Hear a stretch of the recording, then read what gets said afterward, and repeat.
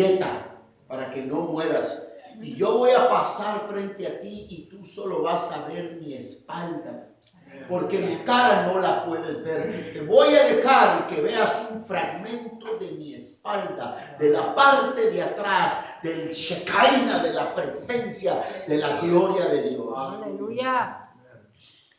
Va Moisés allá arriba y pasa la presencia de Dios, y Moisés está asustado y apenas logra ver un pedacito de la espalda de Dios. Y la Biblia relata que cuando Moisés bajó del monte, su rostro resplandecía. Resplandecía su rostro. Observe, Moisés mira la gloria de Dios y le afecta en una transformación en su cara. La gloria de Dios rebotó sobre su cara. Él era un reflejo de la gloria de Dios y estuvo así por varios días. Bajó del monte y está con su cara alumbrando, y la gente que lo veía estaban espantados porque había visto un pedacito, un fragmento de la gloria de Dios. Ahora fíjese bien, Moisés no era la fuente del reflejo. Moisés no era la fuente de esta gloria refulgente de Dios, de esta hermosa gloria de Dios. Moisés no era la fuente, era un reflejo. Es cuando la gloria de Dios rebotó, ¿ya? Donde la gloria de Dios se reflejaba como un espejo. El aspecto de la cara de Moisés era básicamente un reflejo de la gloria refulgente y el esplendor del Dios divino.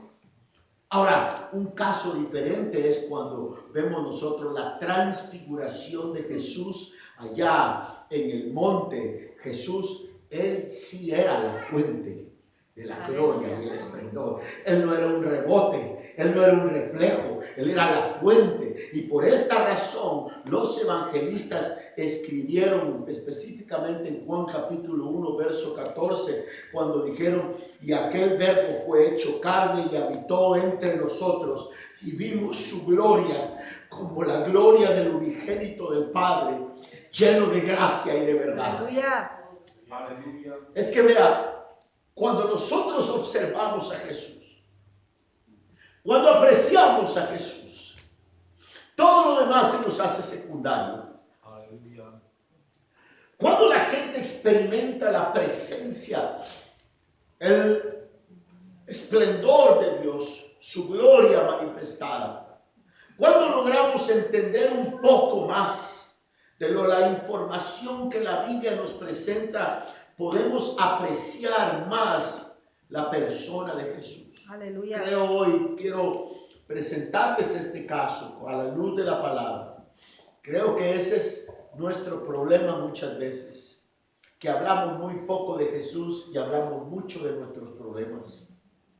Hablamos muy poco del Señor y hablamos mucho de nuestros problemas. Y por esta razón la gente vive casi siempre muy triste, porque han caído en este problema de menospreciar la obra de que Dios se hizo hombre por nosotros. El Hijo de la Gloria, el Dios de la Gloria, el Hijo de Dios, la segunda persona de la Trinidad, vino a este mundo para salvarte a ti y salvarte a mí. Casi siempre estamos llorando por lo que hemos perdido, por lo que no tenemos, por lo que no poseemos. Vea, Dios entregó a su Hijo para que tú y yo fuéramos salvos. Aleluya. Gloria a Dios. El Hijo de Dios dejó su trono en gloria para traernos la salvación y la vida eterna a nosotros. Cuando las personas pueden entender eso, les garantizo, pueblo de Dios, que todo lo demás será secundario. Así es. Mi sugerencia hoy: concéntrate en Jesús. Aleluya. Concéntrate en Jesús. Concéntrate en la persona de Cristo Jesús. Dice la palabra pues que Jesús era la fuente del brillo resplandeciente. La gloria de su divinidad había sido mantenida dentro del cuerpo humano, pero Jesús nunca dejó de ser Dios. Se hizo hombre, pero nunca dejó de ser Dios. Él era 100% humano, sí, pero también era 100% divino. Y ahora los discípulos tienen la oportunidad de ver la gloria del Señor en la cumbre del monte. Luego dice la palabra que aparece allí dos personajes muy interesantes. Aparece Elías y aparece Moisés. Llega Moisés y llega a Elías. Llega Moisés y llega Elías a hablar con él. Y se unen a este brillo resplandeciente de Jesús. Este brillo hermoso. Se imagina cómo el resto de las cosas fueron afectadas con el brillo del Señor allí en ese momento. Usted puede, un maestro muy famoso, Arcis Pro, hace una pregunta y dice esto: ¿de qué color es un limón? Uno mira el limón y lo dice, pues es de color verde. Ya, esa es la pregunta común y corriente. ¿De qué color son las bancas? Pues son cafés medio amarillas. ¿De qué color es esta púlpito? Es de color, de este muro de color negro. Podemos apreciar los colores. Pero viene la pregunta filosófica, es esta: ¿y si no hubiera luz, de qué color son las cosas? ¿Cómo apreciar los colores si no hay luz? ¿Quién va a poder identificar los diferentes colores si no hay luz? Si aquí se apaga todo esto y se oscurece todo, usted no puede ver ni siquiera el color de la ropa que trae la persona que está sentada enseguida de ti. El punto es, quien sostiene todas estas cosas es la fuente de la luz. Por la fuente de la luz es que podemos apreciar las otras cosas. Si no hubiera luz, no podríamos apreciar ninguna de las cosas. Amén. Cristo es el que puede alumbrar tu vida. Amén. Tu vida puede tener sentido cuando Cristo, la luz del Evangelio, llega a nosotros. Cuando la luz del Evangelio alumbra la vida del cristiano, todo lo demás tiene sentido. Mientras que la luz de Cristo no alumbre la vida de los creyentes, muchas de las cosas no van a tener sentido. Es Él, su presencia la que hace que el resto de las cosas puedan tener sentido. Su palabra enseña que llega Elías, llega Moisés y empiezan a hablar con él. ¿De qué hablaban? Lucas nos dice en el capítulo 9 de que hablaban de la muerte del Señor. Hablaban de que el Señor iba a morir a Jerusalén. Hablaban de la misión del Señor. Y están allí pues hablando con el Señor. ¿Por qué Elías y por qué Moisés? Porque son los representantes del Antiguo Testamento. Elías es el representante de los profetas. Y Moisés es el representante de la ley de Dios. Y los dos vienen para hablar con el Señor. Algunos piensan que la interpretación de esto es que vinieron a animar a Jesús. Yo puedo ver la opinión de ellos, pero estoy en desacuerdo. Yo creo que ellos vinieron a glorificar a Jesús. Jesús no era un cobarde, Jesús no tenía miedo. Vinieron a glorificar, a confirmar la misión del Señor, que tenía que ir a morir a Jerusalén. ¿Por qué? Porque los profetas hablaron de la muerte de Jesús. La ley de Dios explicaba que los hombres íbamos a tener que necesitar un Salvador, porque no hay manera que ningún hombre, ninguno de nosotros pueda cumplir al pie de la letra la ley de Dios. Por lo tanto, se necesitó que el Cordero que quita el pecado del mundo viniera a morir por nosotros. Aquí están los dos representantes del Antiguo Testamento, vienen a hablar con Jesús, pero la cosa no se queda solamente así. Dice que Elías ya no se le hizo regresar a la tierra de Palestina porque fue arrebatado por carro de fuego que lo llevó al cielo. Pero ahora Elías puede llegar a la tierra de Palestina viendo al Mesías parado allí en el monte. Usted recordará que Moisés, a él se le prohibió entrar a la tierra prometida. Sí, el gran libertador Moisés se le prohibió entrar a la tierra prometida por haber desobedecido al Señor, pero murió en santa paz con Dios. Y ahora Moisés llega a la tierra prometida con el Mesías enfrente.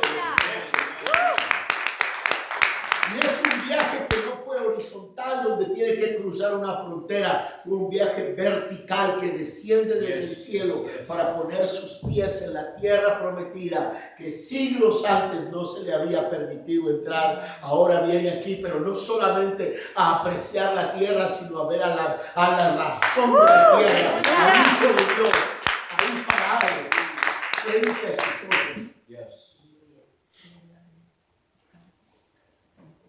Vinieron para hablar con Jesús. Vinieron para hablar con el Señor. Están hablando esto en esta manifestación maravillosa, espectacular, que es relatada aquí. Entonces aparece Pedro. Pedrito, ¿no? Dice la Biblia que le dijo al maestro: maestro, hagamos 3 enramadas. Vamos, es bueno que nos quedemos aquí. Hagamos 3 enramadas, una para ti, una para Elías y una para Moisés. Prácticamente diciendo: yo no necesito una, yo estoy contento con estar aquí en tu presencia con una piedra, ahí puedo usar de almohada, no hay problema. Solo vamos a hacer una casita de ramas para ti, para Elías y para Moisés. Yo me imagino al examinar este escenario, ¿cómo se atrevió a interrumpir la conversación de aquellos? ¿Cómo se atreve Pedro? Pero Marcos nos explica y dice que él no sabía qué era lo que estaba pasando. No podía entender lo que estaba pasando, más bien estaba espantado de todo esto y no sabía qué decir, pero seguramente pensó: algo tengo que hacer aquí. Por alguna razón el Señor me trajo para acá. Y hace esta sugerencia. Dice el verso 5: entonces Pedro dijo a Jesús: maestro bueno es para nosotros que estemos aquí y hagamos 3 enramadas, una para ti, una para Moisés y otra para Elías, porque no sabía lo que hablaba, pues estaban espantados. Pedrito, ¿no? Lo que sí es cierto es que hubo una razón por la cual el Señor se llevó a estos 3 discípulos. Cristo quiso revelar esta gloria delante de ellos. Es que mire, hermano, si uno trata de acercarse al Señor, Dios te puede mostrar su gloria en diferentes áreas. Si la gente toma en serio a Jesús y le obedece, si Jesús les dice: mira, vámonos para allá arriba, sube a mi presencia en oración, sube a mi presencia en buscar de mi palabra, en leer mi palabra, sube a mi presencia en la oración, en el ayuno, verás la gloria. Aleluya, gloria a Dios. Por una razón, por una buena razón, el Señor se llevó a los discípulos para allá. Sabía que estaban tristes, sabía que estaban confundidos, sabía el Señor que el ambiente durante los 6 días había sido un ambiente bien incómodo. Ahora en la cúspide de la cumbre del ministerio, ahora nos dices que vas a morir, Señor. Eso no lo entiendo. ¿Verdad que a ninguno nos gustan las malas noticias? A ninguno nos gustan las malas noticias, a ninguno nos gustan las pruebas, pero es en medio de la prueba y en medio de las malas noticias que Cristo quiere revelarte su gloria. El problema es que la mayoría de la gente no cree en eso, no lo creen. Y una de las razones que no lo creen es porque no examinan la palabra del Señor. Una de las razones que no lo creen es porque no se toman el tiempo de estudiar la palabra y examinar la palabra del Señor. Para poder examinar la Biblia, usted va a tener que ponerse una par de horas allí a estudiar con un lápiz, con un papel, para poder saborear la palabra, para conectar los versos con otros versos. Así es como se examina la palabra del Señor. Usted va a crecer y vas a poder experimentar la gloria de Cristo en tu vida. Luego dice que están ellos allí, están conversando cuando desciende una nube, una sombra, la presencia de Dios. En hebreo eso se llama el Shekinah de Dios, la gloria de Dios manifestada, la gloria de Dios visible. Y en la nube pues los cubre, una sombra los cubrió. Hay 2 ocasiones que yo puedo pensar sobre esta sombra del Señor Número 1 allá en Génesis capítulo 1, cuando dice que las aguas estaban revueltas con la tierra estaba desordenada, pero el Espíritu de Dios se movía sobre las aguas, hacía sombra sobre las aguas, y es allí donde Dios dijo, hágase la luz, y fue hecha la luz. Otra ocasión es cuando en Lucas capítulo 1 viene el ángel Gabriel a darle el anuncio a la joven María y le dice, tú vas a quedar embarazada. Y la joven María se pregunta, pero ¿cómo va a ser esto si yo no conozco marido, no conozco varón, no he estado con nadie? Y el ángel le explica y dice, mira, la sombra del Señor te cubrirá. La sombra es, hermano, eso es poder de Dios. Eso es poder de Dios, que la sombra del Señor crea vida en el vientre de aquella joven. Amen. Poder de Dios. Amen. Ahora, la sombra desciende sobre ellos y se oye una voz que parece voz de trueno que dice, este es mi hijo amado, a él oíd. Este es mi hijo amado, a él oíd. Este es mi hijo amado, a él oíd. Si Dios entrara por esa puerta, si la sombra, el Shekinah, entrara por esa puerta o descendiera esa nube y nos hablara hoy, ¿qué cree usted que nos diría? Este es mi hijo amado, a él oíd. Hablando de Jesús. Mi Jesús es mi hijo amado, a él escucha. A él escucha. Más que tu voz interior, escucha la palabra del Señor. Más que la voz de tu mente, escucha la palabra del Señor. Aleluya. Más de lo que diga cualquier persona, escucha la palabra del Señor. A él oír. A él oír. Usted sabe que la conexión de esto también es cuando Jesús se bautizó allá en Lucas capítulo 4, se escucha una voz en el cielo que dice, este es mi hijo amado en el cual yo tengo complacencia. En aquella ocasión el Señor se estaba bautizando, haciéndose obediente a la voz del Padre. Cristo, quien no tenía que arrepentirse de ningún pecado, pues el bautismo es para arrepentimiento de pecados, se somete al bautismo de Juan el Bautista, y Dios en el cielo no pudo quedarse callado de lo complacido que está con su Hijo, y se presenta el Espíritu Santo en voz de paloma, con forma de paloma, y la voz de Dios en el cielo que dice, este es mi hijo amado en quien tengo complacencia. Casi 3 años después del ministerio, ahora que están en la cumbre del monte, Dios dice, este es mi hijo amado, a él oíd.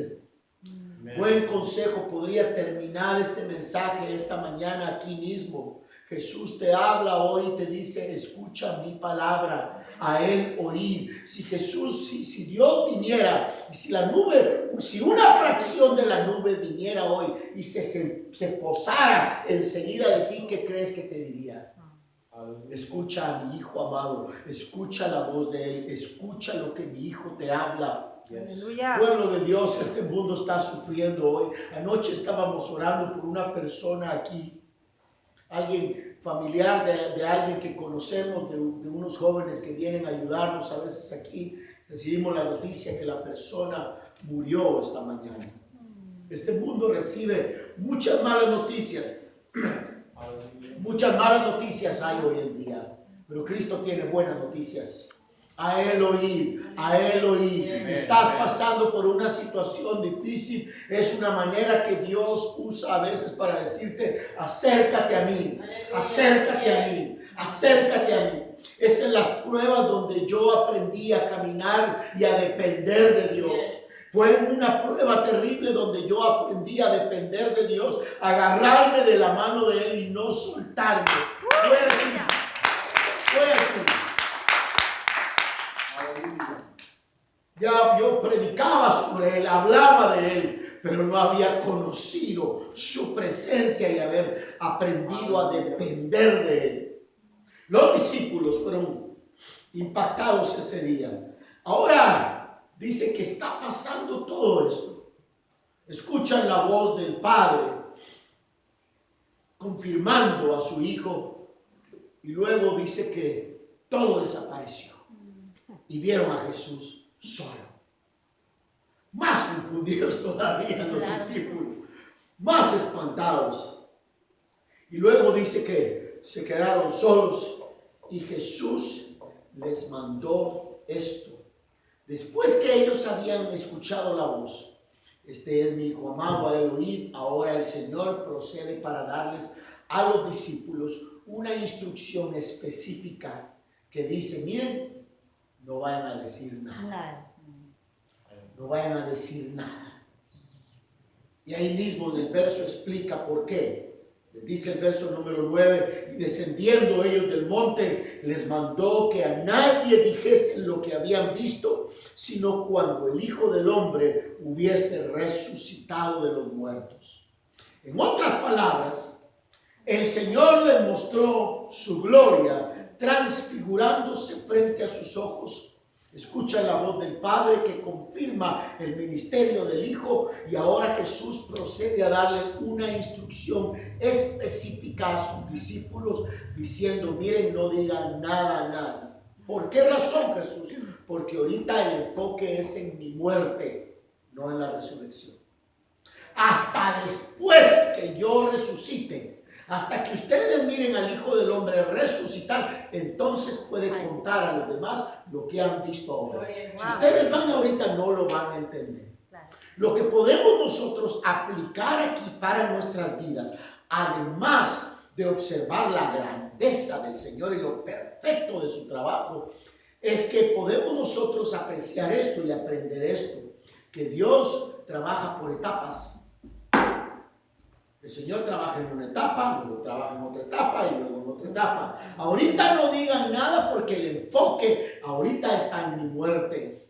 Ahorita no se trata tanto de la resurrección o de mi ascensión, sino que ahorita el enfoque es en mi muerte. Por esta razón, vuelvo a repetir, y descendiendo ellos del monte, les mandó que a nadie dijesen lo que habían visto, sino cuando el Hijo del Hombre hubiese resucitado de los muertos. Y guardaron la palabra entre sí, discutiendo qué sería aquello de resucitar de los muertos.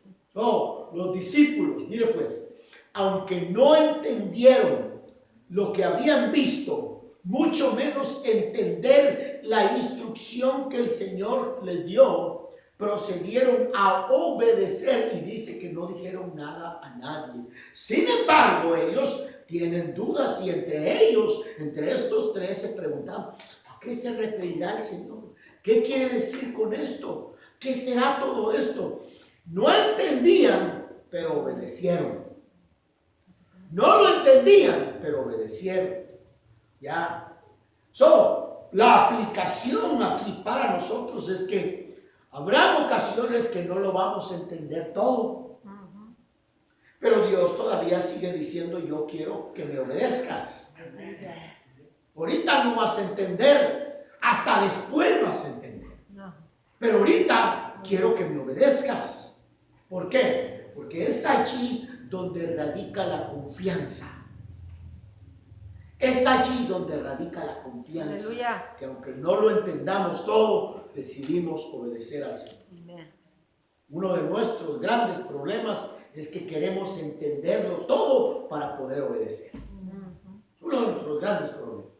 Queremos comprender primero. No, explíqueme, pero ¿por qué Dios hace eso? ¿Por qué Dios permitió esto? ¿Por qué Dios hizo esto? ¿Por qué? Yo quiero saber por qué. No, hombre, confía en el Señor. Pero es que explíqueme por qué. Quiero saber por qué. Y mientras no encuentre la respuesta a mi pregunta, yo no le voy a entregar mi vida al Señor. No, aquí nosotros vemos un cuadro que va progresivamente avanzando de menos a más. Y ahora que los discípulos obedecen al Señor, unos días después le iban a estar viendo resucitado al Señor. Y ahora ellos son los portadores de esta magnífica manifestación del Señor. Ahora podían ir con los demás llevando el mensaje de Jesús y decirles: mira, te voy a contar algo. El Señor un día nos llevó al monte y allá se manifestó transfigurándose frente a nuestros ojos. Él es quien decía que es. Él es quien decía que era ser. Aleluya. Conclusión y punto de aplicación. Quiero concluir aquí. con unos puntos de aplicación. Podemos ver que el Señor, hermano, es muy poco, la verdad, lo que nosotros logramos comprender. A mí no puedo encontrar más palabras para poder explicar lo hermoso de esta manifestación del Señor. Sé muy bien que mis palabras se quedan cortas para explicar la grandeza del Señor. Hoy no se trata de nosotros, hoy se trata de Jesús. Aleluya.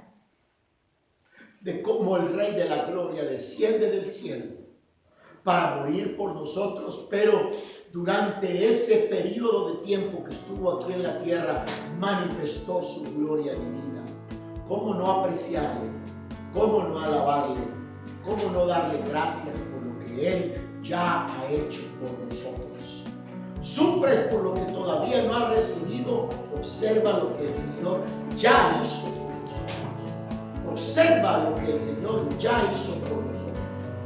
Entonces, hermanos, podemos aplicar esta palabra para nosotros, amando cada día más a nuestro Señor Jesús, apreciándolo a Él, apreciando la gloria del Señor. Por supuesto, obedeciendo su mandato, obedeciéndolo a Él. Amén.